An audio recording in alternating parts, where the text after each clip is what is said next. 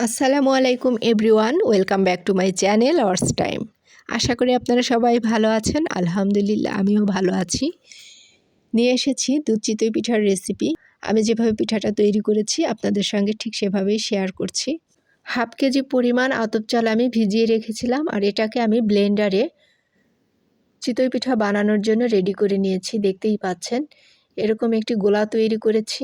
আর এই পিঠাটি আমি গ্যাসের চুলায় বাসায় তৈরি করেছি, যেহেতু আমার বাসায় মাটির চুলার ব্যবস্থা নাই। আর আমি ছোট্ট একটি সাজের ভিতরে গোল গোল করে পিঠাগুলো বানিয়ে নিয়েছি। গ্যাসের চুলায় যে পারফেক্ট সুন্দর পিঠা বানানো যায় এটা আসলে আমি কখনো বুঝতে পারিনি। তো এখানে ট্রাই করছি, খুব সুন্দরভাবে পিঠাগুলো হয়ে গিয়েছে। আর আপনাদের সঙ্গে তো শেয়ারই করলাম।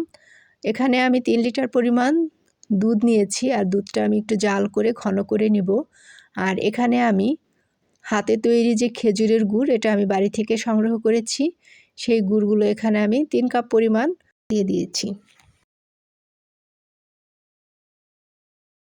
তো যাই হোক, এখানে যে পাতাটা দেখতে পাচ্ছেন এটা হচ্ছে পোলাও পাতা, খুব সুন্দর একটি স্মেল অ্যাড করে।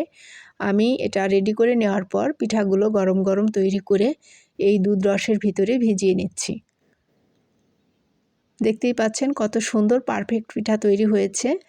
আর এখন আমি এই গরম পিঠাগুলো ভিজিয়ে সারা রাত রেখে দিব। পিঠাটা সারা রাত ভিজিয়ে রাখার পর ভিজে একদম দ্বিগুণ হয়ে গেছে। এখানে আমি প্লেটে তুলে নিয়েছি। দেখুন এতটাই মজার এবং সুস্বাদু হয়েছিল যে এটা বলে বোঝাতে পারবো না।